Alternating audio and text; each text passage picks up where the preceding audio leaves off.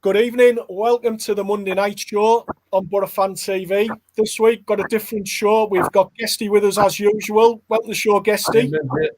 And you, James. Evening, mate. And we've got Si Leslie joining us from up in Glasgow. How are you, Si? Brilliant, guys. Brilliant. The Blue Bills are blue. Thanks. Nice to have you with us. Si's with the Gers TV fans. So obviously, we're going to talk about things involving Borough and Glasgow Rangers tonight. So football fans out there, get yourselves involved. As always, it's your show. We're going to be talking about players that have played for both clubs, such as Souness, Gaza, Ugo Ekiog, Chris Boyd, Andy Halliday, Kevin Thompson. There's a whole list of players. We're going to be talking about them tonight. We're also going to be looking at Scottish football, English football, how they've coped during this pandemic. So there's loads of different things to talk about tonight. So as always, and as we all keep saying at the moment, football's nothing without fans, and this program's nothing without the fans. So get yourselves involved, whichever club you support, and get involved in the discussion with myself, Guesty and Si. So lads, first player we'll have a look at, had a massive influence at both clubs, is Souness. Going back a bit here, Guesty, so obviously there'll be some fans that are watching this program tonight that never saw Souness play at all in his career. But what was he like as a Borough player, Guesty? Like you say, when he came to us, he was very young. I think he was about 18, 19 when he came from Tottenham. Mm-hmm. And I remember going down to Ayson Park as well. 7, 8, 9, 10-year-old kid, and this mad Scotsman in the midfield do absolutely everything. He could defend, he could tackle, box to box, score goals, score worldies. He was in the midfield with Bobby Murdoch, and he was a driving force in that team. He was absolutely, for that age, he was absolutely outstanding. And then obviously his career, when he left the Borough, it just went absolutely mental, and it took off massively, and he became very successful. After the success he got at the Borough, up from the second division with record points. Yeah, and like we like you say, people from our generation and the generation before me was all Wilf Mannion, and like you say, and it's hard to imagine what these players were like. But there is some old tapes of Souness when he played for the Borough, and you can see what a fantastic footballer he was and where he was going to go. Yeah, I mean, it's interesting. I didn't really get to see Souness. I caught him at the very end, just when I started going. But my dad always says to me, he said, the player that made him was a player from the other side of the divide in Glasgow, which was Bobby Murdoch. He said when Murdoch joined the Borough, he made Souness. Yeah. He said he made him the player that he became. Yeah, and like you say, Murdoch didn't have to do much. He had that, that wonderful left foot. And like Souness got the ball and Murdoch done the work. Souness was the most complete all-round midfielder. You were lucky enough up there now to have Gerrard, Simon, and you can't compare players. But if you look at Stevie Gerrard, he wasn't as far off. Maybe he's without the dig. He wasn't as far off as what Souness was as a midfielder. Definitely, yeah. Good stuff. I mean, question as well, you guys. When a lot of English boys always say the kind of 70s and 80s. Every good English team had a kind of crazy Scottish player on the team. Yeah. Well, you think of that Liverpool team. That Liverpool team had 3 or 4 good Scottish players in that side, didn't it? United as well. So yeah. Yeah. But I mean, like, you have the likes of Souness, Hansen, and obviously, Dalglish, yeah. Steve Nicol, all massive footballers, good all player. Scottish, and like you say, Simon Leeds, you had Gordon McQueen, Billy Bremner, they were full of Scotsmen as well, you know what I mean? And like you see, every good English team had a good Scotsman in it. Yeah. Like you said there, Tony, he obviously went on to Liverpool. He left the Borough, went to Liverpool, won 3 European Cups there. I think he won 5 league titles. Then he went to Sampdoria for 2 years when Italian football was like, then that was the place to go. If you were a good player, top player, you had to prove yourself in Italy. Yeah. He went there for 2 years to go to Sampdoria. Yeah. So, aside from like a Rangers perspective, when Graham Souness became announced player manager at Rangers in '86. How big a deal was that to Rangers fans? Was that like, could you believe that you'd got him as your player manager? Well, first of all, I was mixed emotions because Joe Wallace was the manager and got the sack and asked to leave the club. He was a fan's favourite, and to this day, he's probably one of my favourite Rangers men. However, Souness came in, it was the biggest revolution in Scottish football to this day. It changed the whole way of thinking. One of the benefits that we had was that the English league at the time was banned for Europe. Yeah. So Souness came in, and Souness said that he got back to money. He decided he was going to. He kind of said he was going to go to war with Scottish football, and the fans liked that. The fans came back for numbers, and he started to buy players, Souness type players, Graham Roberts, Richard Gough, Terry Butcher, Gary Stevens, quality defenders, and built from the back. Chris Woods and goals, and he got the benefit of buying English players because he could play in the European Cup. It was probably the biggest thing that happened with Rangers. Probably bigger than the Gerrard signing, I would say. Yeah, because when he got the job, I think Rangers had gone 8 years without winning the league. Then, hadn't they? I think they'd gone from 78 to 86 without winning the league. So it wasn't like he was walking in and everything was like set up for him to take it on. And he had a big job on his hands when he got the Rangers job, didn't he? It was massive. He was a Rangers supporter, so it was a good way for him to start his managerial career. Coming to Rangers, it was just after the World Cup. He came into Rangers. It basically started. A lot of fans' favourites basically told to leave the club, and probably a few of the guys, my pals that played with Rangers at the time, had to leave. But it was the right thing. He made the right decisions. He was making tough decisions that had to be done, and the club needed a new start. They needed a new outlook, and Souness was the man for it. He came as a player manager. He was predominantly a manager, but the games he did play in, he was bossing the midfield. Yeah, well, good point. As a Rangers fan, and I had gone down in Scotland before Souness came inside. What was it like watching all these Englishmen coming into the Scotch League? Was there any dissent, or were they coming up here? Yeah, it was the opposite. I remember as a wee boy, I was probably, I think I was about 13, 14, maybe a wee bit older than that when Rangers had started to sign the English boys. It was top quality English players we were bringing in. Captain of England, goalkeeper, England right back. They bought Chris Vinicum, he was under 21s captain, so it was all quality. I remember a Rangers tape get made called English Connection, so there was a lot of positives to it. The English boys that came to the club, they settled in very quickly, and to this day, most of them still class themselves as Rangers men. So it was a good transition. The fans, there's a lot of Rangers supporters in England anyway, so there was no issue whatsoever when it came to the old enemy sort of thing, and they settled in. However, apparently Souness used that for their benefit in training. When they were doing training, what they done was Scotland versus England, and they don't care with each other, and that's how they toughened up. Oh, toughened up. I bet they got a few injuries in them sessions. That's the story of how it goes. So Souness used that in the training. Yeah, but great. No, it was good. At the end of the day, we were watching some of the best players in European football at the time, and definitely Terry Butcher comes to Rangers. You couldn't believe it at the time, and he's spraying patches all over the park, and everything he's doing is just, he's covered in blood and he's still carrying on. You know, what is there not to love? Yeah, I mean, we had an ex-Borough player from the 80s on last week of a time that was very special to our club, Gary Hamilton. The Rangers fans of a certain generation, they look back on the late 80s and Souness's time with a lot of fondness as well, Si. On a regular basis, it's probably one of the biggest subjects that people talk about is the kind of 9-in-a-row era. The Rangers had won 9 in a row twice. Souness left just before that kind of started, like his career was ending it as the 9 in a row started. But before that, second 9 in a row the Rangers won, the Souness era was probably the biggest talking point to this day. People always go back and say, we need a Souness type revolution again. It was always called the Souness revolution. Yeah. And Gerrard was kind of compared to that a wee bit. Different kind of deal, because we had to come up the leagues with Gerrard, where Souness was just coming in and refreshing the club. But it was massive. To this day, it was massive. Yeah. So move on a little bit now, Tony. In the early mid-90s, Paul Gascoigne was probably the biggest English player of his generation then.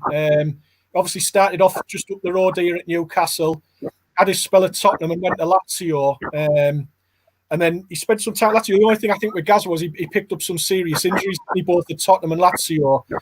But then he went to Rangers. Were you surprised when he went to Rangers? Did you think maybe an English club might have come in for him at that stage, Tony? I don't know. After what had gone on with Tottenham, and obviously Lazio signed him when he was still injured. After what he'd done to himself in the FA Cup final, he had a fairly successful time in Italy. Spent a lot of time injured, and Tony froze there a bit. I think Tony's froze a little bit there. Hopefully we'll get Tony back in a second. Right. Just the revolution that was going on up in Scotland still.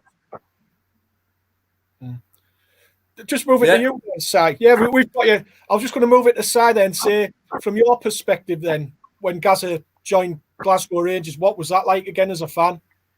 It was phenomenal. It was absolutely unbelievable because he came in the summer. I think it was mid-July he came to the club. Ibrox was packed.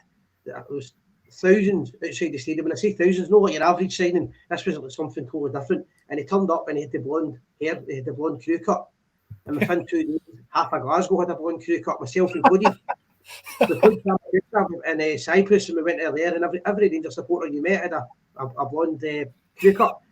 And it was, you're signing a player like Paul Gascoigne. When that happens, there's always going to be excitement around the club because of that. Yeah, I mean, like you say, he's one of the biggest names in world football at the time, Simon. And for him to go, up to Scotland, yeah, like the period that we were talking about there, Simon's like what you said. It's like for me was the golden period for Scottish football. When Souness came in, he seemed to drag Scottish football up by the bootlaces, not internationally, just on the club wise, and he set a standard which teams had to catch up with, and obviously it made Scottish football more entertaining at the time. Right, definitely. I mean, the season before it, we signed Loudrup and Basil Bowley. Bowley scored the winner in the European Cup final the year before, I believe. So it's a massive signing, but Loudrup was a bigger, better player. And then a year later, we've got Gascoigne and Loudrup in the one team, so that the fans are spoiled for choice. And they're two fantastic players, but they're two totally different players. But Gascoigne had the cheek as well. Now, I remember my dad was watching the World Cup in England. Can't remember the game. He was crying in. The game kind of started crying. Yeah, the semi-final against Germany, yeah. I remember I used to listen to it. As everybody else, when your dad tells you something in football, you always believe it. And I remember my dad saying, that's the closest you'll ever see to Jim Baxter, as that man, Paul Gascoigne. And so many months later, he's played for Rangers, so it's phenomenal. Yeah. And that's a fair point you bring up there as well, Tony, about Scottish football. And we'll talk a little bit about it in general in a moment, but like Si was alluding to there, in terms of the players, not just at Rangers, but also at Celtic, and then the knock-on effect was what those clubs did in Europe. Then used to generally do a lot better in Europe than, say, Scottish clubs do now. I know it's been Rangers have done better this year that they've lasted beyond Christmas, but back in the day, Rangers and Celtic were regulars in the Champions League and doing quite well in it, weren't they? Yeah, like you say, sorry, we were bad out of Europe at the time. You know what I mean? And Celtic and Rangers, we're doing it for the British Isles in European competitions. And I remember, did Rangers get the semi-final one year and get beat by Marseille in the semis? That was the one I was talking about. So the Rangers basically, it came out actually in the news last week. I don't know if you've seen it.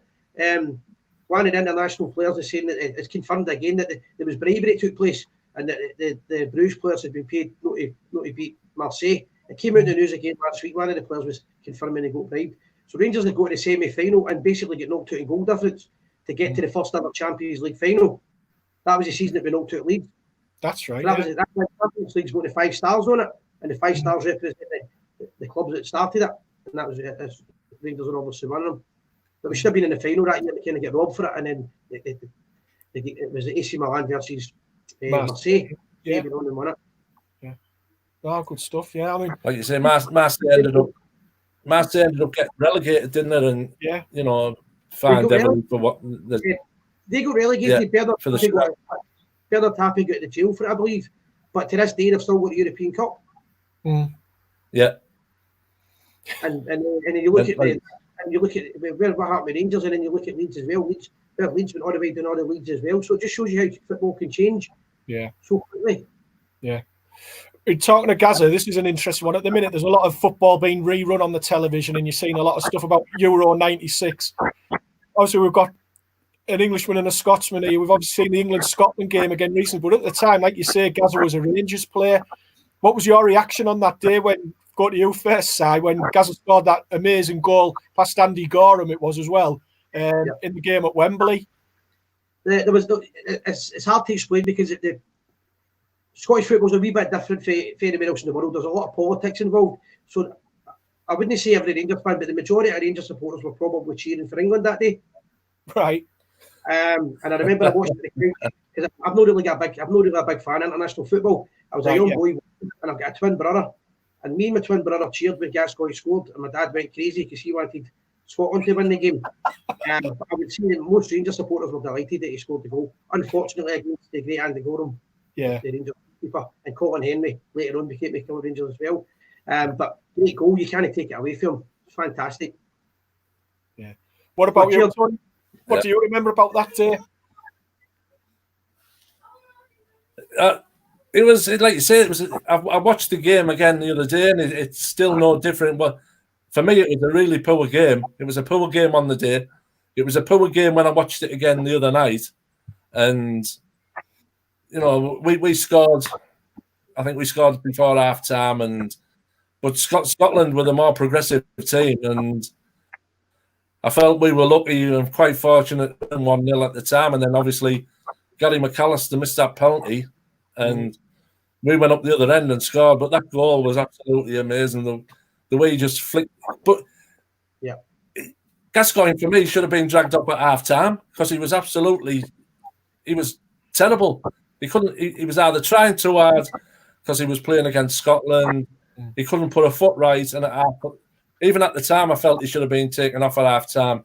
And I believe if the penalty had gone in, I think Gaza was going to get the hook, and we'd never have seen that goal. You know what I mean? But like you say, Andy Gorham was too fat to get down to it anyway, and Colin Henry just didn't know which way to send. Gaza came back to Ibrox. They tell the story that he came back to Ibrox. So McCoist and Gascoigne are in on the joke. Andy Gorham, the goal is late, and they've set up. They've recreated the goal.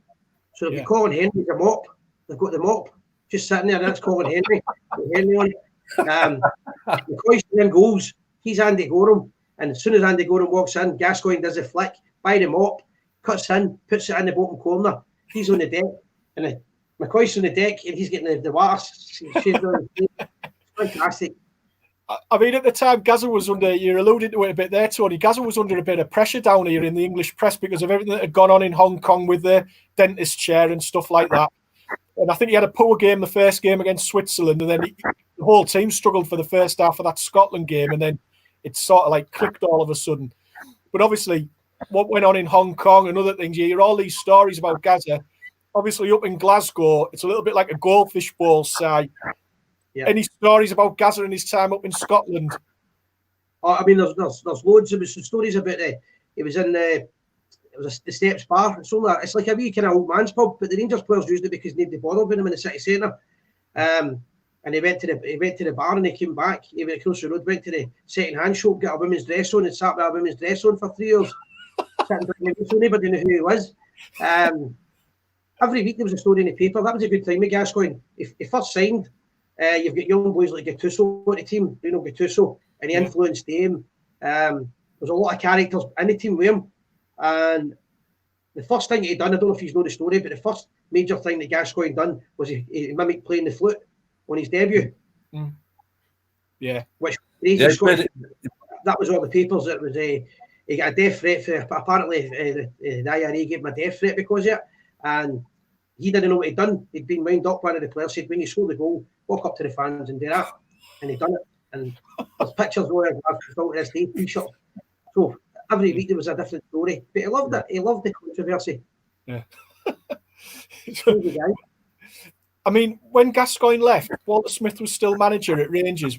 Si, were you surprised when the timing of it, and he did sell him to the Borough? Yeah. my opinion is that the Rangers supporters are splitting this one because we were going for the 10 in a row season at the time. And Laudrup at the start of the season declared that he wanted to leave the club, and Rangers talked Laudrup into staying to the end of the season. Gascoigne wanted to stay with Rangers, so you've got two best players. One wants to stay, but he's a head case and he's going off the rails. And you've got another guy who's intelligent, smart guy, never lets you down, but his head's gone.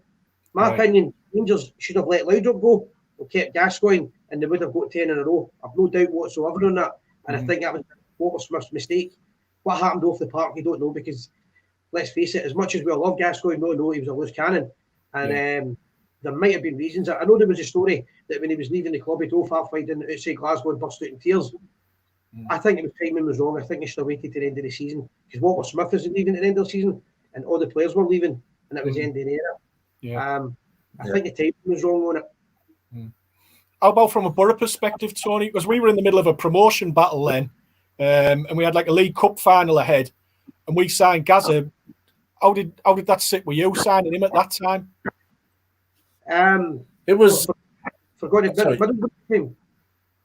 Yeah, he went to Borough. I was just saying to Tony, how did you feel, Tony, as a Borough fan, that he went from Rangers to the Borough? Like, we were in a promotion battle and we had the League Cup final on the horizon. What did you think about signing Gazza then? It was at the time, it felt to me, it was a typical Brian Robson signing at the time, you know what I mean? Aging English player or aging international, and he had a knack, Robbo, as bringing players in to give the club a lift at times like that, you know what I mean? I thought at the time, I absolutely adored Paul Gascoigne. I thought he was absolutely fantastic footballer. And when he was going to wear my club's colours, I couldn't believe it. And obviously he made his debut as a substitution in that cup final. And I think it was to the cost of Craig Ignat, wasn't it? And, just to see him in a Borough shirt. But I think we've seen a couple of glimpses of the old Gazza in a Borough shirt. We never really seen the best. He showed what condition he was in and his fitness when he smashed his arm. Was it on a? I think were we playing Aston Villa that night? It was George. Yeah. Yeah, and we never seen the best of him, but I dare say he gave the dressing room a massive lift. You know what I mean? And him and Mason together, the few glimpses that we've seen was absolutely magical. But just going back there, Simon, there's been a lot of old pros coming on. What we're on about there, Euro '96, what was going on in Hong Kong, and you know now why England have never progressed past, at the time, a quarter-final of a World Cup.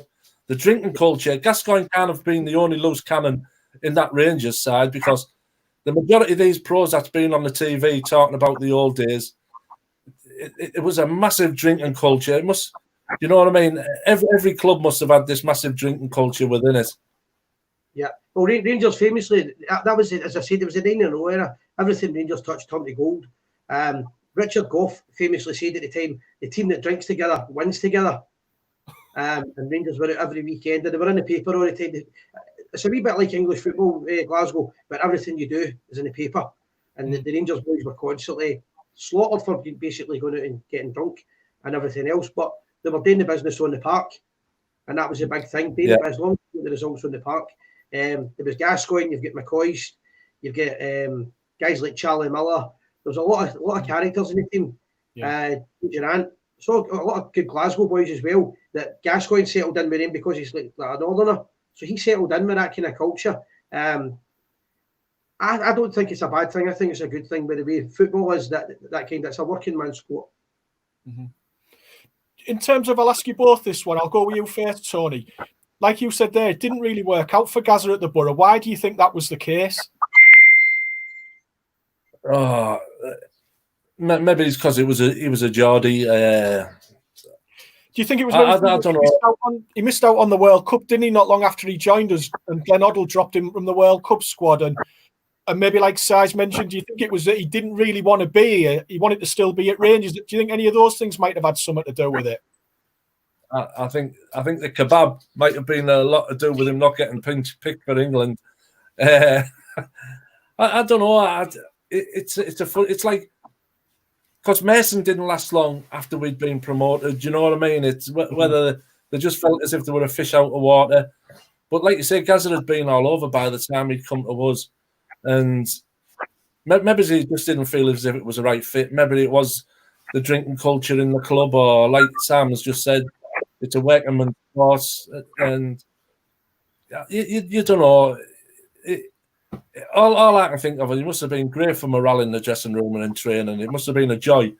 Must have been a joy for the rest of the squad to be going training with that lunatic. You know what I mean? It must have been a laugh a minute. Yeah. Yeah, I mean, the thing about the guy is he's known all the world for his football abilities, but he's an inspiration for making people laugh. And there was an incident in Scottish football where he booked a referee. Don't know if you remember that. Yeah. Realise how bad the officials are. The referee then books him for putting a bit of humour into the game. Yeah, that's a good point. Just got a question. He did, yeah. David Jackson's just come with a question. Hiya, lads. Just a shame Borough and Rangers legend Graham Souness never managed the Borough. Would you have had him here as a Borough manager at any time, Tony? Tomorrow? Yeah, definitely. I think he's came out and said one of his regrets in football is he's never managed Middlesbrough. Yeah, I'd have loved to have seen Graham Souness sat in our dugout. Absolutely have loved to. Because, like you say, he was another colourful character off the pitch. You know, there was another side to Graham Souness apart from the player. And yeah, I'd have loved to have seen him in the dugout. When Souness was the manager of Rangers, he tended to buy players that when he played in Scottish football, John Brown gave him a really bad tackle, and as soon as he done it, he said to John Brown thought he was going to say, "I'm going to kill you," and he turned around and he said, "I'm going to sign you."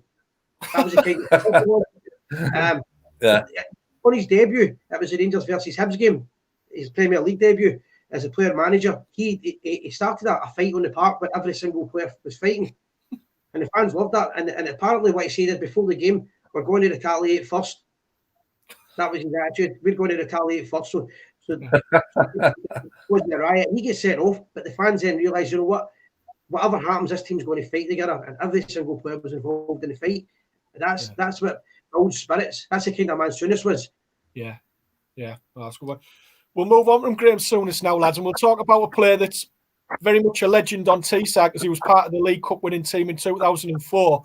He only had a short spell in Glasgow, but he's still very fondly remembered on the blue side of Glasgow, and that's Ugo Ekiog, Tony. I mean, he'll be in Borough fans' hearts forever, won't he, Ugo? Yeah, like you say, God bless his soul. He was absolute. When we were standing, the likes of Ugo and Gareth Southgate, Boateng, these players came from Aston Villa, and I couldn't believe they were coming to the Borough to further their career because it made better players of him. And Ugo, what I remember about Ugo is, and I'd like to say, I don't know, but not many Borough fans mention it, but that cup final, he made a clearance off the line at the death. I think it was in the 90th minute, and he cleared one off the line. He was a monster. He was a mountain. Him and Southgate together, yeah, they might have been better parents, but for that time in football, I don't think there was many better than Ugo and Gareth Southgate. Ugo, like you say, he's gone down as a legend at the Borough now. He was absolutely fantastic. Yeah. And like you said, I didn't know how long he'd gone to Rangers for, but obviously he's a legend up there as well with what he'd done against Celtic. Yeah. Well, he wasn't there that long. I agree with what you're saying there. He was an honest big player. He was very fit. If I remember that, he was very, very agile and fit. All over the park. As I said, he came to Glasgow with the Old Firm game at Parkhead, and he scored an overhead kick, and you weren't expecting it. He wasn't that type of player. Do you know what I mean? And then he puts it in, and the fact that's a different player. People are talking about it's a world class strike. People were just shocked. You know, you're like, what's going on here? Yeah. And tragic, obviously, what happened to the guy, but lovely. Apparently, he's a lovely fella, a lovely guy. Yeah. Oh, good stuff. So I've got a few viewers in here. Got Lanny here, he says his two boys are two Rangers season ticket holders and love the Borough as well. And I've got a question for you here as well, Si. It's from Craig Hutchinson. What do you remember about Hateley Hurlock? Proper characters on the field. And I know the two guys quite personally, Mark Hateley and Terry Hurlock. Terry Hurlock's a really good pal of mine, so we go drinking together when he's in Glasgow. Terry Hullock, we used to call him the Warlock. He came to Glasgow and he basically just he could play. What I don't like when people talk about Hullock, they forget he was actually a good football player. But he was a typical Souness type player.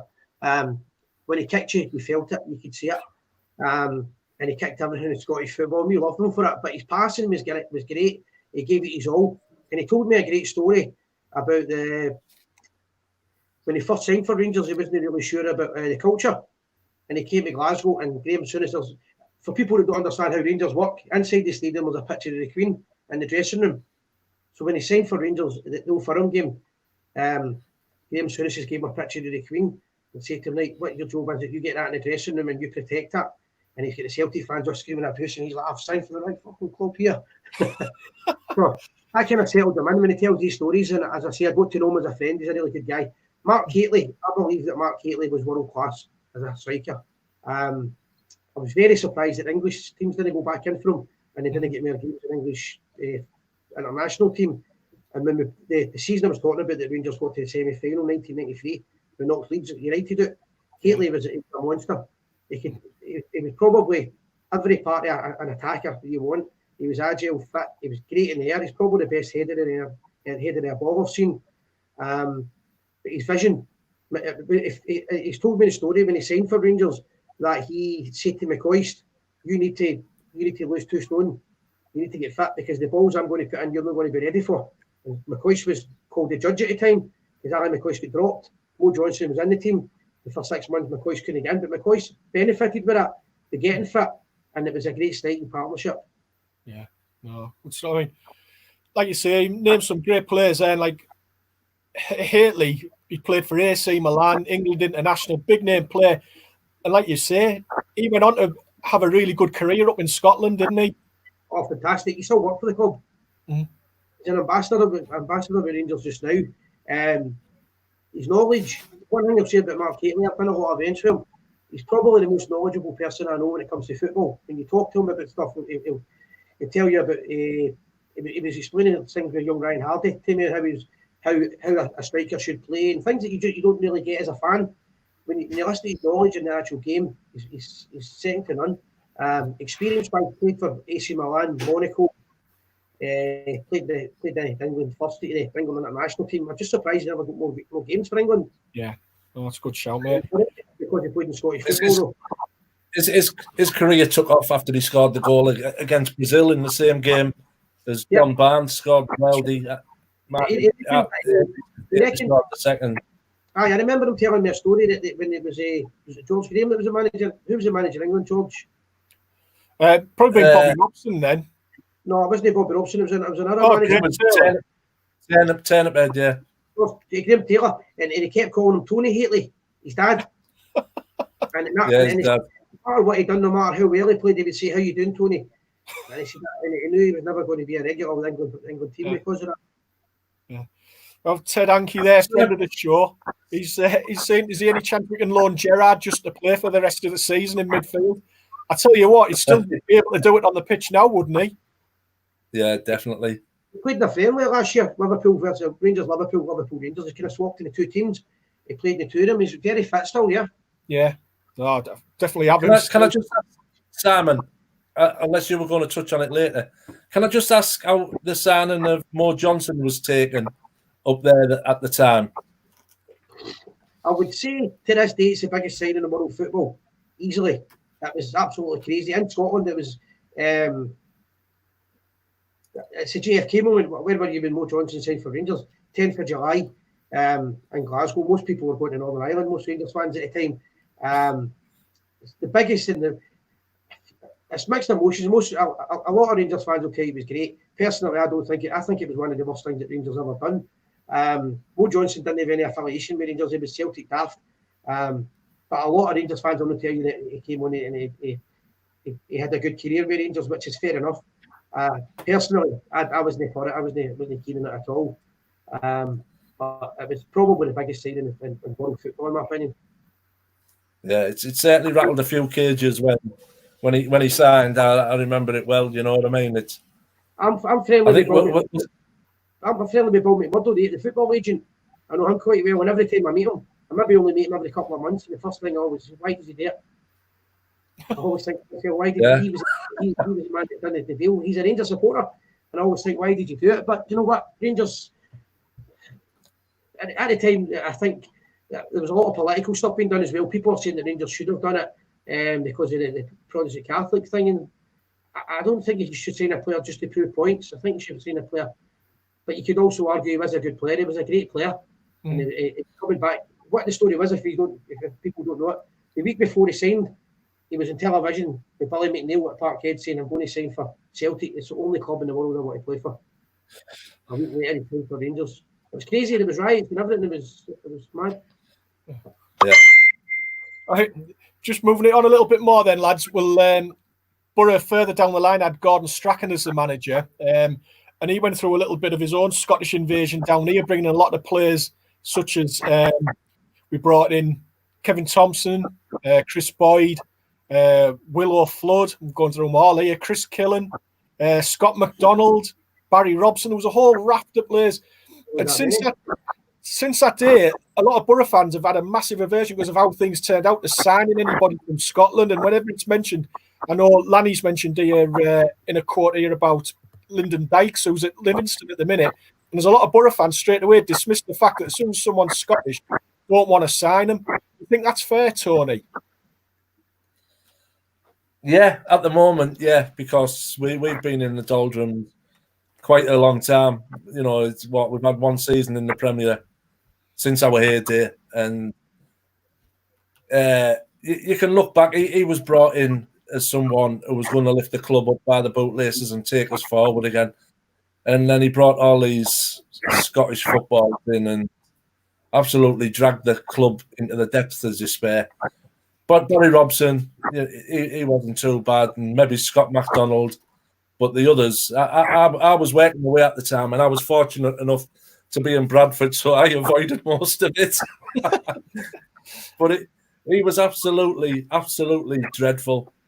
And when he was appointed as manager, and I was working with a Mackham at the time, and he said he's a good manager for you. And I just look back at his record at Coventry and Southampton. He had his good days, but he wasn't going to be my type of manager, and I think his signings proved it.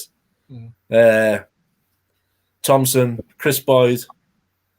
If I'm right, I think Chris Boyd scored a few goals up in Scotland, but well, from what I've seen of him, they weren't up to it. They weren't even up to Championship football for me. It didn't work out for him. That sounds to me, when you're saying that, right, it's probably you find that Strachan has been an agent. That's been that one agent with the players in their books, and they're all pals, and the two of them have done some deals together. But that's how it sounds to me when you're saying all the Scottish players together. No, a lot of it maybe went down to, you know, Strachan's management and all that. Do you know what I mean? It's no disrespect to Scottish football. Like you say, I've seen some of the greatest footballers ever come from Scotland. I think a lot of it might have been down to Strachan's management and the way he was running things. I agree. I agree with what you were saying there. But what I would say, I think the question was regarding Lyndon Dykes. I'm hoping he doesn't go to Middlesbrough, because I would actually like to see my Ibrox. I think he's a great player. He's a really. Is he? He's in your face kind of player. He ran Rangers and Celtic ragged last season. The two defences. He's not what you would call a glamorous striker. He's a Mark Keatley type, like pain in the arse as we would call him. He's right in amongst you. Yeah. I would like to see my Ibrox. He's a good player. Mm-hmm. I think the player we haven't touched on here, James, in the current Rangers side, is it Jordan Jones, the kid from Redcar? Yeah. How do the Rangers fans see him, and how do they see him having much of a future up in Rangers, Simon? It was I know he's born in England, but his family's from Northern Ireland, and they'll get a big Rangers connection, as far as I'm aware. So when he came, there was a wee bit of excitement at the kind of money he was signing for the club. He's when he played for Kilmarnock, he certainly had the ability. I do think he's a good player, but he's no. He got a bad injury in the Old Firm game. He tried to he did foul the Celtic player, but he got injured out of it, and he's never really came back since then.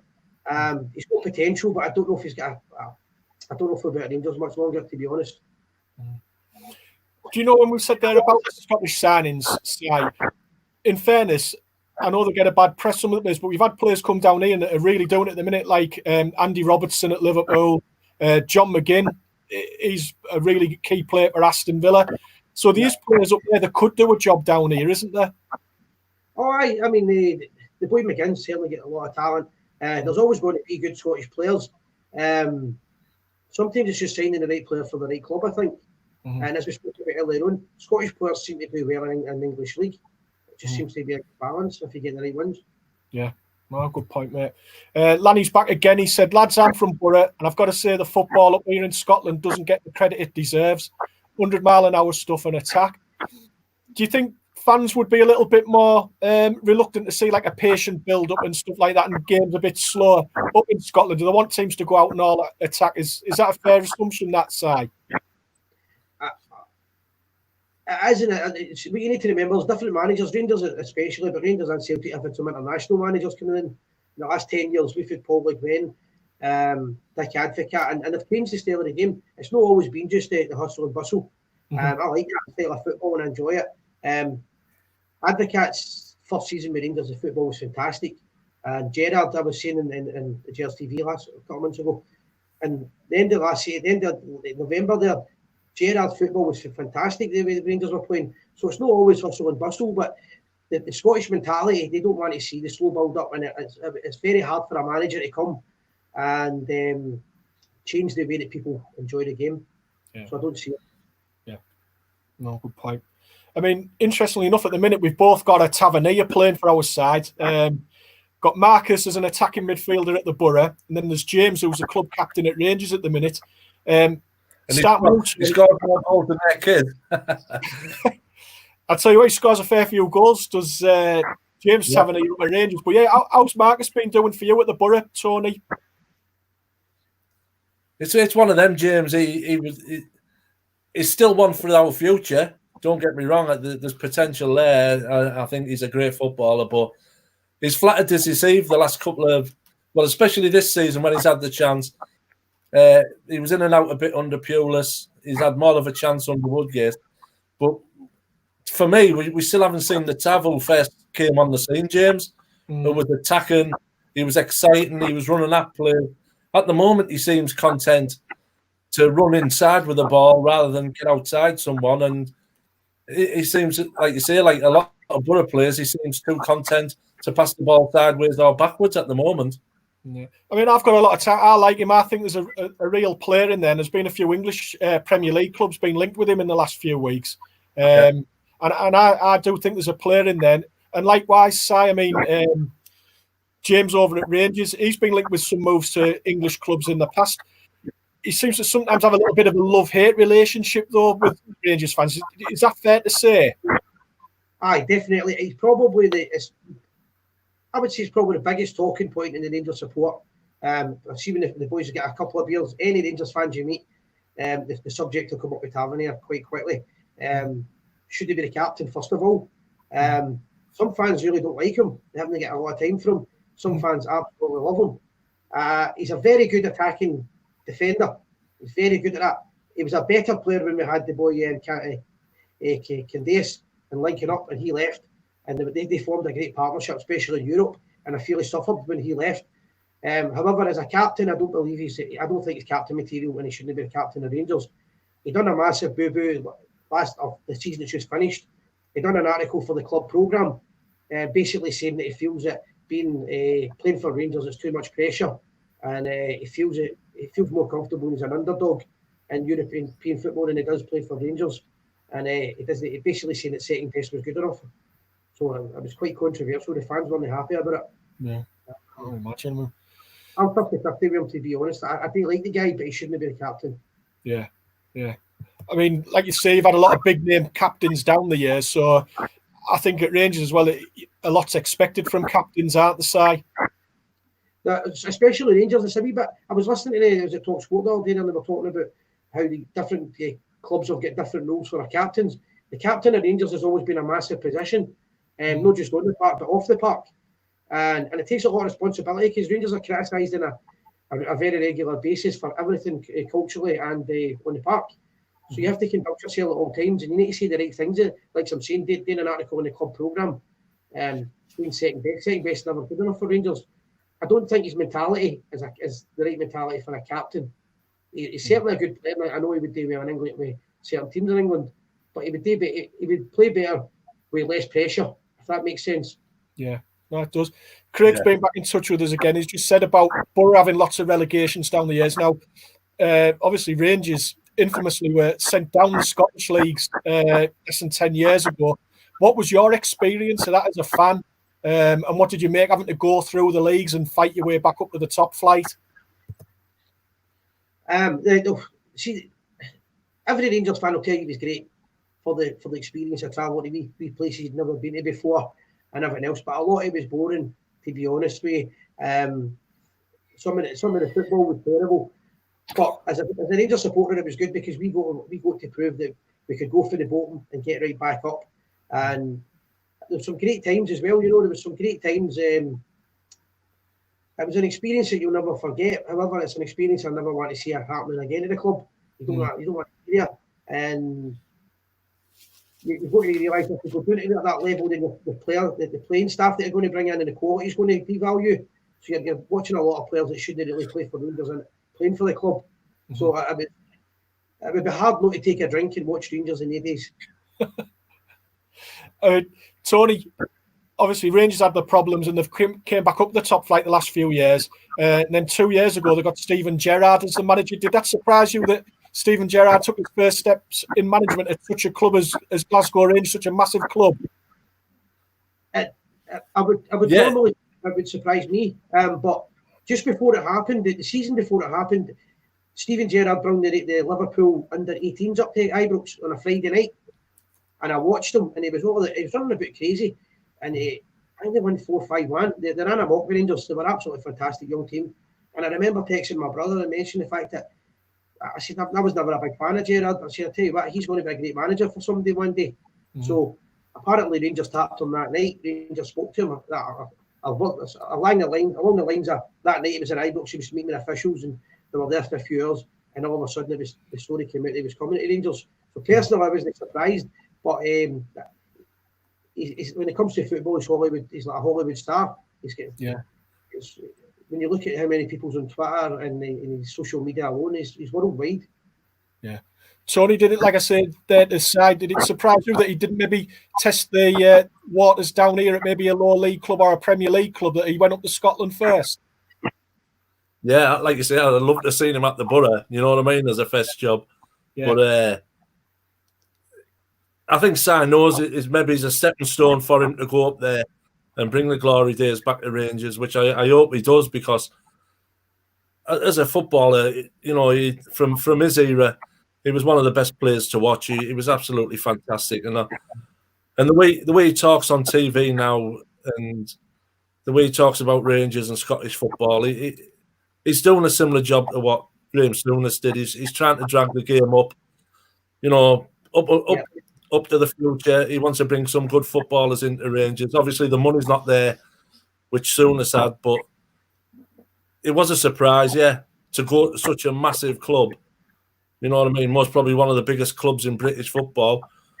But, you know, is it part of the master plan? You know, go there, see how you cope with it there before you move on to something maybe bigger. See, the thing is, there's two arguments in it, right? There's the argument, who took the biggest risk? Is that the take? Because Rangers needed a big manager. Rangers need to be successful quickly.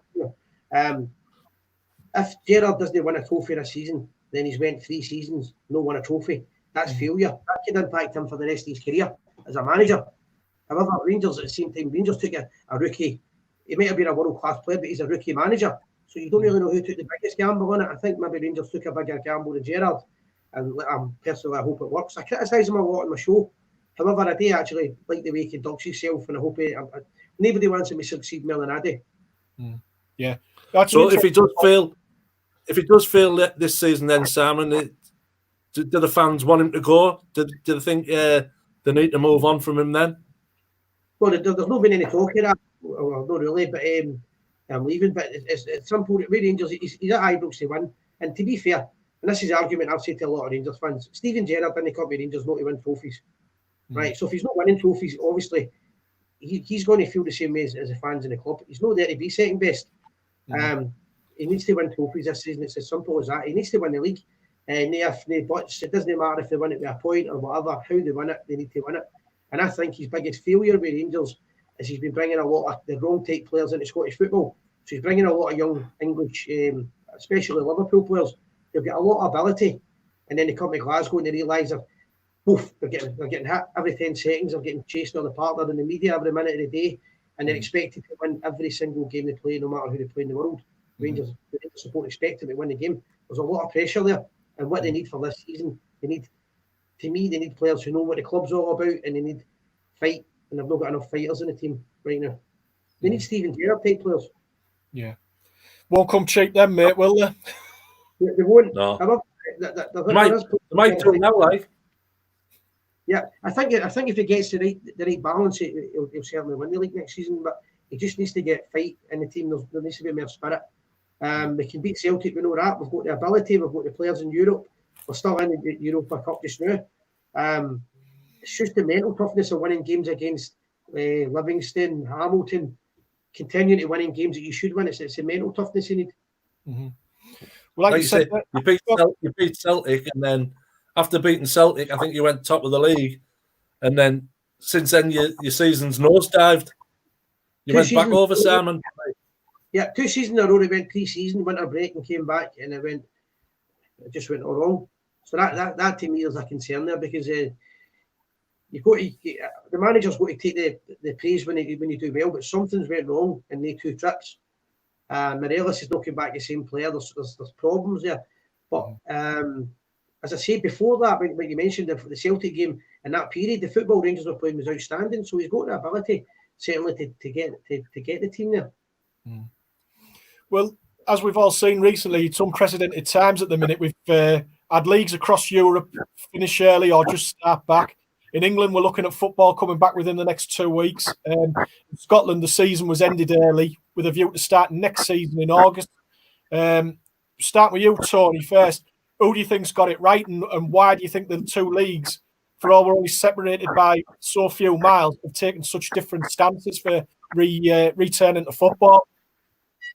When we started doing these shows, James, about 3-4 weeks ago now, and we were discussing this, I never thought, at that time, we'd see football again in England or Scotland till October, November.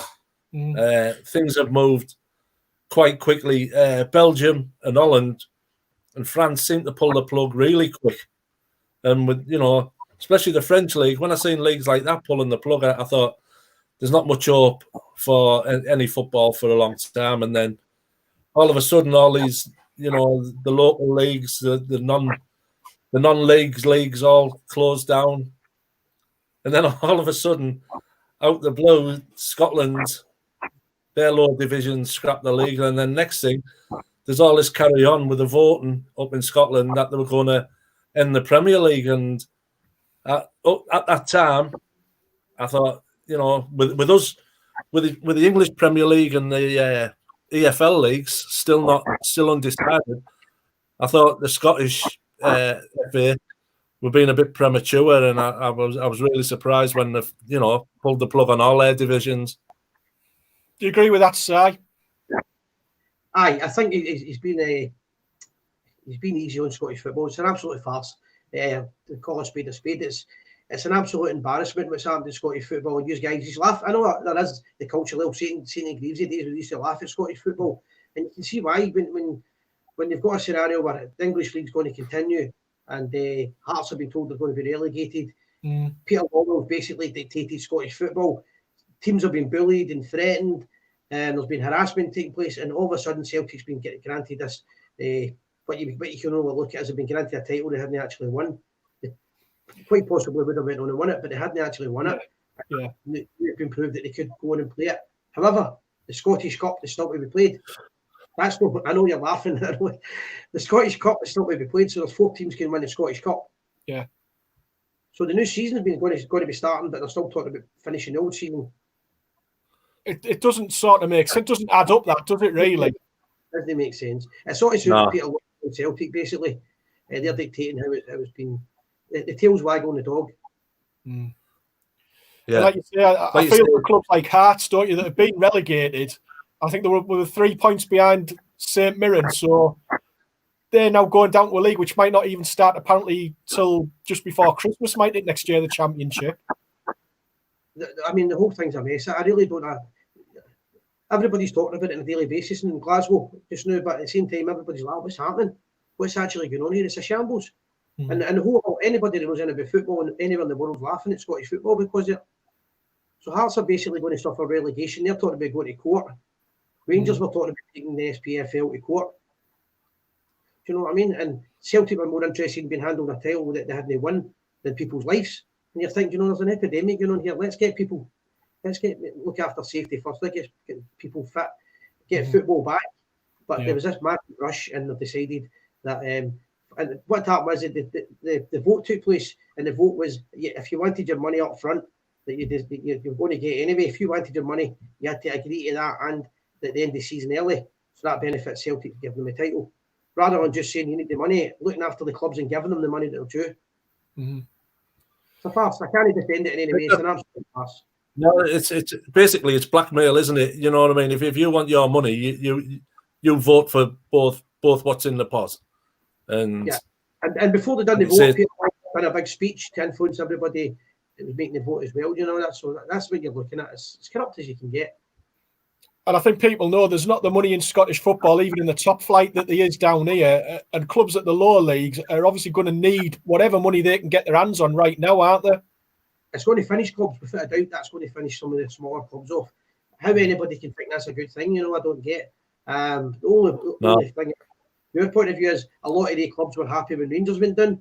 So, for your point of view, the Rangers support, everybody was happy when we fell down and had to start again. So, we're just looking after ourselves here.